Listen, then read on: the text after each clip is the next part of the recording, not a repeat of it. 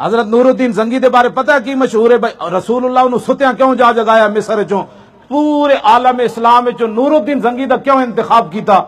جدوں اپنی عزت ناموس دا مسئلہ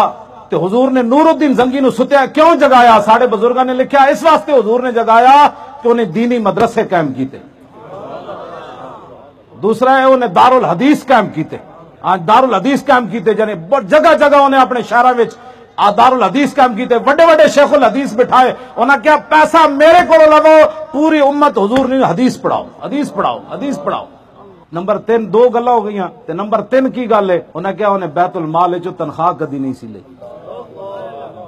اینا 3 وجہ تو راتی ستیاں رسول اللہ نے جا جگایا مصر وچ نور الدین زنگی نو، اٹھو مدینہ منورہ پہنچ، اب میری عزت کا مسئلہ یہاں پیدا ہو گیا۔ نور الدین زنگی آیا تے جدو انہوں نے قتل کیتا نا گستاخاں نو، تو پھر انج کہندے جوڑی کر کے نا انج اپنا دامن پکڑ کے تے مدینہ پاک دی گلیاں چ نال وزیر بھی تے نال آپ بھی نسی جاوے تے نال روندا جاوے، حضور مینوں اس کام واسطے تسی چڑیا، حضور مینوں اس کام واسطے چڑیا،